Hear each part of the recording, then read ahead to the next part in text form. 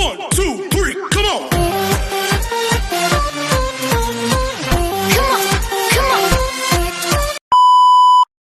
Hello beautiful people! Welcome back to my channel. This is your Mama Sam. Hola mga amigo, amiga, kumare at kumpare. Kamusta kayong lahat? Sana lahat po kayo ay okay at safe ngayong araw na ito. At syempre ko ako naman ang tatanungin nyo. Nakikita naman ninyo ang beauty ng Mama Sam ninyo. Fresh overload pa rin, di ba? Ganyan talaga kapag umiinom ka ng maraming vitamin C plus kumakain ka ng maraming banana. Dahil sa banana, mas nakakaloka ang ganda ng Mama Sam ninyo. Charot! So, kamusta naman kayong lahat? Sana lahat kayo ay okay na okay ngayong araw ng Thursday. So, happy Thursday sa atin lahat ng bonggang-bongga. At syempre, gusto ko din magpasalamat sa walang sawang tumatangkilik dito sa Mama Sam Vlog. Araw-araw, lagi-lagi. Maraming salamat po sa pagmamahal at support na binibigay ninyo. At hindi lang yan, syempre, sa mga bago nating subscribers.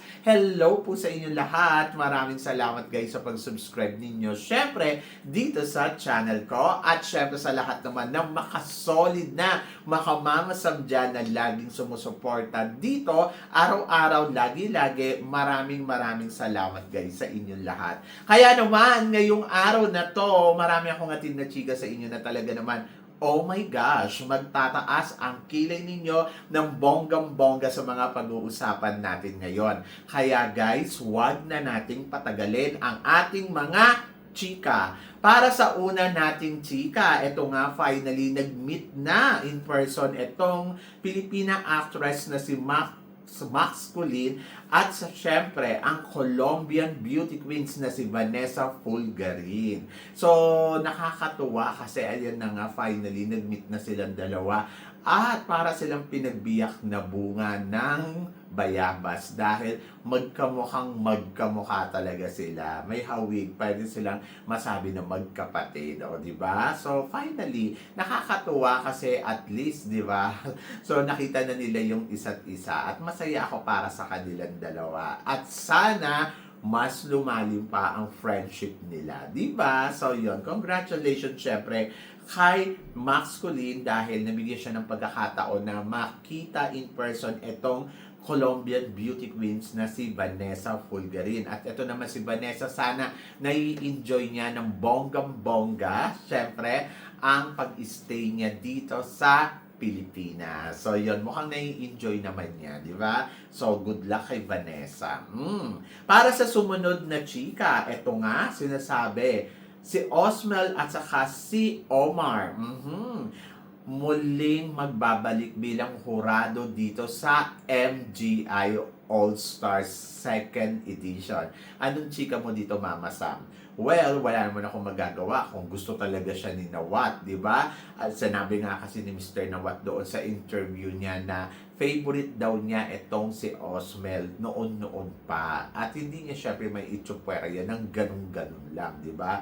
Ako, masasabi ko, okay lang din naman, pero kasi siya, sana, bigyan niya talaga ng, alam mo yun, tamang, kumbaga parang, ito ang lowest, ito ang highest, yung mga tipong ganon. Kaya, sana ganun yung gawin, di ba? Kasi parang hindi maging unfair at hindi rin sila nababash ng mga, alam mo yun, nanonood sa MGI All-Stars. Para walang intriga. Kasi kapag ang pageant, puro intriga, alam mo yun, nakakaloka, nakakawala ng credibility. Kaya sana, ayun, may iwasan nila yung mga ganyang intriga. Wala namang problema kung magbabalik si Lupita Jones at saka si Osmel. Saka kung ano man yung binibigay nila sa hurado, opinion nila yon, di ba? So yun, so basta laban, no? Ganon. Ako, wala naman akong dyan kung magbabalik sila kasi parang ayan yung gusto nila anong gagawin natin, no? Di ba? So, yon. At para naman sa sumunod na chika, eto nga, pinag-uusapan din. Sabi daw kasi ni Mr. Nawat na welcome daw si MJ Lastimosa mag-join sa MGI All-Stars. O, di ba? Kasi nga, di ba, napapabalita nga na sabing ganun, pinupush nila na magbalik itong si MJ Lastimosa sa entablado ng beauty pageant. At napakaganda daw ng pagkakataon na ibalik daw si MJ Lastimosa dito nga sa MGI All-Stars. Pero kasi, yung time na yun, sinagot yan ni MJ Lastimosa na hindi naman ako welcome kay Nawat. Pero eto nga, yun nandiyan dyan sa Pilipinas, si Mr. Nawat, sinabi niya na wala naman daw siyang galit kay MJ Lastimosa at hindi naman siya naggalit. Kaya naman pala ang dami niyang post, di ba? Ito talaga si Mr. Nawat, okray no? Kung iisipin mo, kumbaga parang siguro ang gusto niya na lang ay peace, peace, peace, wala nang galit. Kumbaga parang, yes, noon, totoo naman, nakita naman natin kung paano niya tirahin din tong si MJ Lastimosa na sinabihan niya na walang kwentang reyna ng Pilipinas at pinakapangit na reyna daw, di ba? Kumbaga para namang hindi siya galit na galit kay MJ Lastimosa noon. Pero na kay MJ Lastimosa yan kung sasali siya or hindi. Pero yung nakikipagbati na sa kanya si Mr. Nawat at wino-welcome siya, aba, maging happy na lang tayo para sa kanila. Kasi di ba, para alam mo yon, peace on earth. Ayun yung anuhin natin, damahin natin. At ramdam ko naman na si Mr. Nawat ay love na love niya ang mga Pilipino ngayon. Eh, syempre, di ba? Sa dami pa naman na sumusuportang Pinoy, ewan ko na lang. Eh, kulang na nga lang, ibigay niya na yung mga korona sa mga reyna natin, di ba? So, yun. So, okay lang naman yun. So, let's see kung si MJ Lastimosa ay sasali sa MGI All-Stars. Ako, kumbaga, try niya. Oo, one more time. Nung makita ni Mr. Nawat kung gaano siya kaganda. Di ba? So, yun, nakakaloka. Pero ito ang mas nakakaloka. Dati daw, galit na galit daw si Mr. Nawat sa mga beauty queens natin at lagi daw sinasabi na Philippine, Philippine, and Philippine. Kaya nga daw, pinanalo daw ni Mr. Nawat si Thailand, si Indonesia, at saka syempre ang Vietnam. Oo. So, ito talaga yung kinikilingan niya. Eh ngayon, syempre, galit sila. Galit sa kanya ang Indonesia doon sa si Ivan, di ba? Nawala na yung best friend niya doon. Nawala na rin yung best friend niya dito kay sa Vietnam. So ngayon, eto na. Sabi niya, Philippine for back to back to back to back. O, di ba? So, nakakaloka. Etong masasabi ko, umiikot talaga ang mundo. Minsan nasa itaas ka, minsan nasa ibaba ka, minsan kailangan mo kami, minsan hindi mo kami kailangan, di ba? But nandoon ako na at least tayo ang favorite niya ngayon, di ba? So, nakakaloka. Siguro, naisip din ni Mr. Nawat ko ano talaga ang kalidad ng mga beauty queens natin. Ay, nako, sa totoo lang, no? Pwede ba? Kung ikukumpara naman natin sa mga beauty queens ng iba, yung mga beauty queens natin ay talagang di kalidad. At gusto niya pumasok sa MGI All-Stars ang lahat ng mga sikat natin beauty queen. Di ba? So, yon. Buti nga kinagat nga sila ni Gasini Ganados eh. Pero kung ako yan, no. Charot! So, yan. Hindi. Masaya naman ako kasi at least, di ba, ayan, nag-open ang door sa atin ni Mr. Nawat at happy ako dahil pumasok si Gasini Ganados dyan. At nakita naman natin ngayon, umingay uli ang pangalan ng isang Gasini Ganados dahil sa MGI All-Stars. Kumbaga, hindi na siya Miss Universe Philippines. Siya ay MGI All-Stars top 5. Oh, di ba? So, nakakaloka. Sabi ganun may fourth runner-up daw. Wala man sila in-announce eh. So, yon. Pero ito ang mas bongga. Yesterday, kinabog, syempre, ni Gasini Ganados ang beauty ng MGI All-Stars. Anong chika mo dito, Mama Sam? To be honest, ang ganda-ganda ni Gasini Ganados kahapon. Mukhang nakatulog siya ng mahimbing at nakapagpahinga na. At nakita naman ninyo, ang ganda-ganda niya sa red gown. Tapos yung makeup niya, perfect. Yung ayos ng hair, plakado, lalong lumabas yung beauty niya. So, nakabog niya talaga yung beauty ng Reyna, di ba? Ng MGI Queen. Oho. So, nakakaloka. So, kaya si Mr. Nawat, hinihingkayat siya na sumali sa Miss Grand International para sa back-to-back and back. O, di ba? Tapos pag nag-back-to-back, pag gusto pa uli ng another back-to-back, I don't think so. Pero yes, kung sasali si Gasini Ganado sa MGI, pwede naman, di ba? Bakit hindi? Habang ba to, fresh pa yung beauty niya at kaya niya pang lumaban, di ba? So, kaysa naman patatagalin mo pa, sayang naman ang botox, di ba? So, yun. Kasi di ba, mga beauty queen kasi kailangan maganda sila. So, sayang naman yung pagpapaganda ni Gasini. Either na maganda naman talaga si Gasini, pero iba pa rin kapag alam mo yun, tuloy-tuloy ka na sa pageant. Kaya nga si Tarina Botes sasali sa Miss Universe Thailand kasi sayang naman yung pagpapagawa niya. O, di ba? So, yun. Kumbaga, para ganun lang, nalusaw lang ng ganun, gamitin habang kaya. O, kaya ayun, pupunta siya sa Miss Universe Thailand. And then, ito naman si Gasini, go na sa MGI. O, di ba? Para sa Miss Grand Philippines. O, bakit hindi? Pwede naman, pasok naman yung age niya dun sa limit ng pageant na yun. At may beauty pa talaga at kayang kumabog, di ba? So, yun. So, sana sumali. So, let's see. Abangan natin yan very soon kung sasali nga ang Gasini Ganados. Pero itong mas bongga, dahil inimbitahan ng Myanmar si Bea para sa coronation ng Miss Universe Myanmar Finals Night. O, di ba, ang bongga? Yes! Talagang namamangha sila sa beauty na meron ang mga beauty queens natin. Katulad ni Bea Miller-Windorski. Hindi lang ang mga Pilipino ang talagang, alam mo yun, namamangha sa ganda niya. Diyos ko, para imbitahan siya ng Myanmar. O, di ba, bongga yan. Siyempre si Thailand, hindi siya imbitahan. Maigo sila, charot. Hindi, walang ganun mga Mars. Ako, para sa akin, maganda yan. Magandang publicity yan para kay Bea Miller-Windorski na iniimbitahan sa ibang country para umattend ng kanilang pageant. O, di ba? Kala mo siya yung reigning Miss Universe. Ganon! So, hindi pa nananalo yan. Pag nanalo yan, ay nako, bongga. So, yon. But I'm happy and then I'm so excited. O, di ba? Speaking of Bea Miller-Windorski, ayun nga, kanina nga napanood natin yung hosting niya dito sa Miss Eco International. Ito yung first time na nakita natin na nag-host itong si Bea Miller-Windorski. Ang masasabi ko naman, uy, bongga ha, marunong din. Siguro lalo na pag nahasa to ng todo-todo, di ba? So, I love yung beauty niya. The more na tinititigan mo siya, lalo siyang gumaganda, no?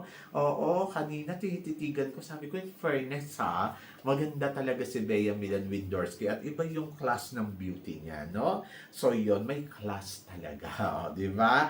So, yon. So, good luck and wish all the best para kay Bea Miller-Windorski sa darating na Miss Universe. So, I'm so excited. Pero excited ka ba?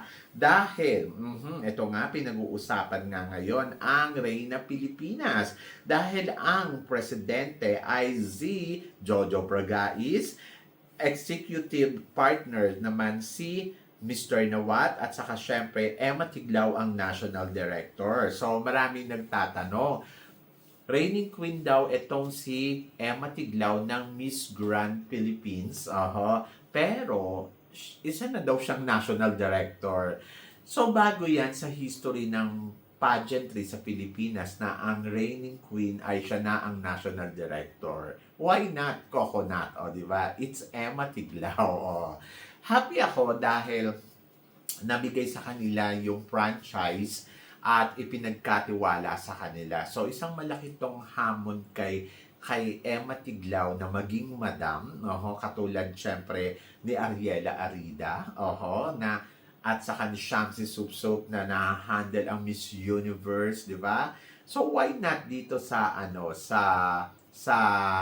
Reyna Pilipinas. So, syempre maraming mga mahihingkayat na kaibigan si Emma Tiglao na mga kapwa niya beauty queen na kilala dito from the Binibining Pilipinas din na pwede din sumali sa MGI or kaya sa Reynas Pilipinas. O, di ba? Siyempre, I'm so excited kung ano ang gagawin nila Jojo na bagong eksena. Sabing ganun, ito daw si Mr. Nawat ay tutulong para mas mapaganda pa ang Reyna Pilipinas sa unang pagkakataon. Ako naman, ang masasabi ko ay bongga. So, ang titignan natin dyan kung ano ang merong sa production nila at kung paano sila pipili ng mga bagong reyna na ilalaban natin sa international stage. And then, gano'n nga ba kadami ang sasali, o, di ba? So, yon at sino-sino sila. Ayun yung mga dapat natin abangan. May mga bagong mukha ba tayong makikita? So, parang ito nga, di ba? Yung binibining Pilipinas first runner-up noong 2024 ba? Or noong last year, ay parang nararamdaman natin na mukhang sasali sa MGI All-Stars. Ito ay from Pampanga. Pero kahapon yung nakita ko siya, parang dapat hindi ka nagpakita kay Mr. Nawat. Dapat surprise. Ganon! Pero let's see kung siya nga ba ay join at makikita natin siya. And then of course, sa organization ng Reyna Pilipinas, congratulations kay Emma Tiglao at saka kay Jojo Bragais. And then tingnan natin kung paano nila pagagandahin at syempre, mas pabubonggahin ang kanilang pageant. O, di ba? So, ito na nga ba ang kakabog sa mga pageant katulad ng Binibining Pilipinas, Miss Earth, at Miss Universe Philippines? So, yan yung abangan natin in the future. So, yon. So, good luck and God bless and supportahan natin ang Reyna Pilipinas. So, para naman sa sumunod na chika, ito nga naging mainit ang intriga tungkol syempre sa dalawang hari na nagmamaganda at nagmamagaling.